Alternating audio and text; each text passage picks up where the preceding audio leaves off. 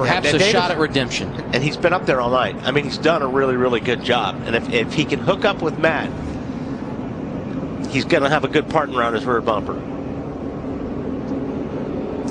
What can you tell us, Marty? Well, you know, David Reagan has been waiting. I talked to him earlier this week, since February, for that moment, Adam, to come back here and have a chance to win. This is the same exact car that he had that race in, and also a car that ran well in Talladega. But now the experience factor comes in. Here's a radio conversation between he and his drafting partner all night long, Matt Kenseth. Where do you think you want to start at, David? I don't know, probably the top. Yeah, either one's fine with me. The only thing I caution against is not to get caught free wide on the top. But when we start in the front, your momentum is so slow, I don't think we want to be way up there, so blow by in the middle. But whatever you think, I'm just going to lock straight onto that thing. I shouldn't have to offset at all. I'm just going to push you all the way home if I can. Yeah, think about it. You're probably a little smarter than me over still, so we got a lap or two to make a decision. I haven't finished one of these in 2 years, so yeah, I think you're good. And that's really reassuring for a guy like Reagan that Matt just said, one of the best in the business said, you know what, I'm going to hook on your bumper, and where you go, I'm going with you. And that's huge for a guy like David Reagan. And he's giving him advice. You can go high, but don't go too high. Don't let him catch you 3 wide. It's okay to just be 2 wide there, but don't let somebody slip in the middle and get to. And that's just the kind of guy Matt is too. He's trying to mentor and trying to help this kid to get to that point. Did get a report. Clint Boyer has been released from the infield care center. Larry? Well, the newest couple at the prom dance that I see would be Joey Logano in the 20 and Casey Kane in the 4, because both of them, they've lost their teammate. Casey Kane lost Brian Vickers in this wreck right here. As we know, Joey Logano, he lost Kyle Busch in that last caution. So a couple of Toyotas, it looks like to me this would be the newest couple to join forces here, maybe for what may be the end of this race. And you look at things from a points perspective tonight. Certainly Carl Edwards having problems earlier. He entered the point leader, and he is now 8 behind Kevin Harvick, who has taken over the point lead as they run right now. But look at all the guys in the top 10 without a victory that could help their chase chances. Reagan, Newman, Paul Menard, Joey Logano. Matt? Ralph? Kevin Harvick was just talking to Paul Menard. They're going to try to get to the outside and then utilize the hill coming down off of turn 2. He said, don't lift until we win or wreck. And then he asked him, Paul, how you doing back there? And Menard said, I'm barely working up a sweat. And I can tell you this much, he might be the only guy in the state of Florida in that case. And like I said earlier, I like the way these 2 cars look together. They may be able to go somewhere here in the last lap or 2 that these other cars can't, because they're handling better. Yeah, and it's funny, after the whole race is played out, it's come true what some of these guys said. We need to leave here. We may not gain a lot of points, but something can happen to us and we can lose a lot of points. And when you start looking at Tony Stewart in that wreck, you start looking at some of the teams that are in that wreck that are right there, 7th, 8th, 9th, 10th, bubble kind of teams, then they're going to lose a lot tonight. Yeah. Yes, sir. Next Saturday night, NASCAR on TNT heads to Sparta, Kentucky for the first Sprint Cup race ever at Kentucky Speedway. Coverage begins 6:30 p.m. Eastern Time with Countdown to Green delivered by Pizza Hut, followed by NASCAR Sprint Cup racing from Kentucky presented by KFC. It's our second of a possible 3 attempts at a green-white checker finish. Get the green flag, come around, take the white. And it's going to take a little bit for Harvick and Menard. I think those first, Reagan and Newman, Kenseth, Hamlin, they're going to get a pretty good run when the green flag drops because they're already in line. They're already with their partner. Harvick and Menard have to hook up because they're side by side. So they're going to lose a little bit here on the get-go. But this is what they've got to make this swap. They've got to get in front of each other the best they have all night to not lose any more time. And the good news for David Reagan, right behind him, his drafting partner. He doesn't have to think about the lane change miscue. Oh, yeah, no, they're going to be on the bottom. They're going to stay on that yellow line, trust me, all the way around for the next 3 laps. And trust me, and David will have his left eye on that yellow line. He's not going to want to cross it. As I he said, knows where it's at. It's not often you get a chance at redemption on a stage this big.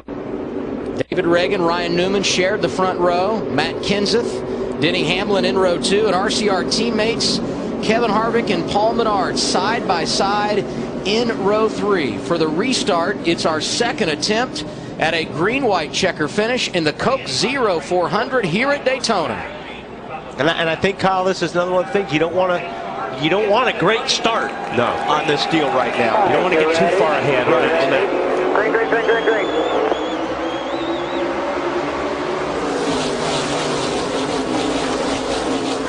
When Harvick got up in front of Menard, about as nice as you can do it right there. And left Joy all by himself on the inside right there. Yep. But see how much time they lost by doing, even at that. See what I was talking about? They lost, a couple of seconds there on the front two rows. Now they're going to have to get some steam and go. But there's the 4 car pushing the 20, and the 20 has no partner now, and the 4 car has no partner.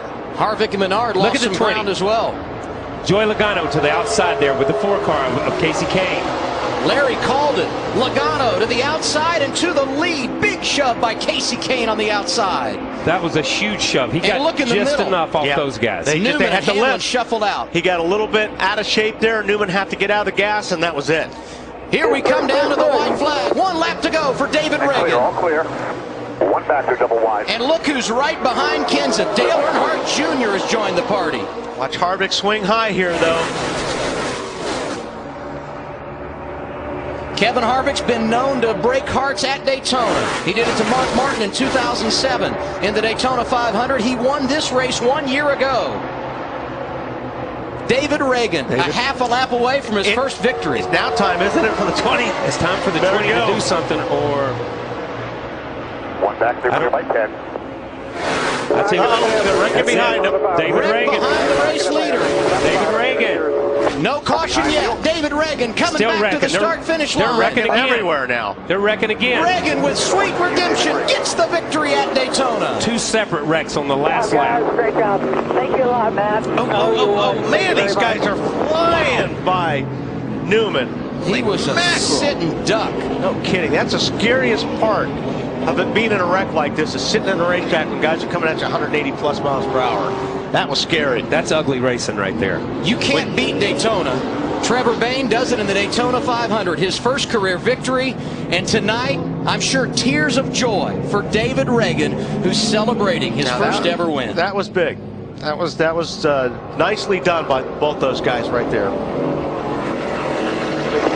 Thanks for the help, Matt. Thanks for the help.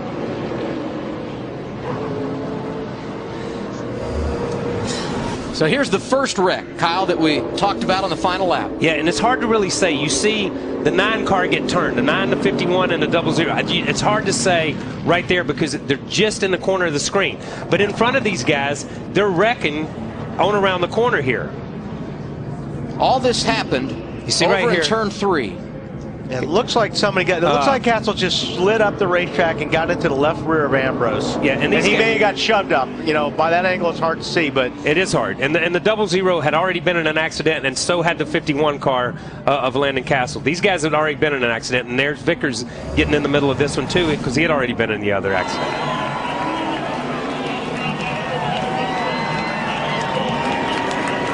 David Reagan, a driver who is endured his fair share of adversity throughout his Sprint Cup Series career, joins the fraternity of first-time winners in 2011. Talked about Trevor Bayne here in the 500. Regan Smith followed suit at Darlington. Yeah. And as Reagan was seeing the checkered flag behind him entering the tri-oval, as he gets the checkered flag, we had another accident. And where the second wreck usually happens is usually where it does happen, coming to the checkered at Daytona no matter what. Take a look at it. Saw the 48 right up in the middle. Comes down, and I think the one is going to get hooked by, or the one in the 88 got together. Yeah, it's like the and one then forget came, it. Yeah, it's like McMurray came down on Junior. Junior got down on the flat, had to come back up on the racetrack, and then, I mean, and this is the second wreck, as you said, and these guys are still just hauling the mail through. But this here. is kind of typical for here, as far as the finish goes. Look at those this guys. is normally where it happens. Those guys are finishing wrecking up in 3 and 4. And in the background, that's great. The post-game show still to come. Right now, the fireworks going off at Daytona. David Reagan celebrating his first ever victory. The Coke Zero 400 on TNT is brought to you by Coca-Cola Zero. Real Coke taste and 0 calories.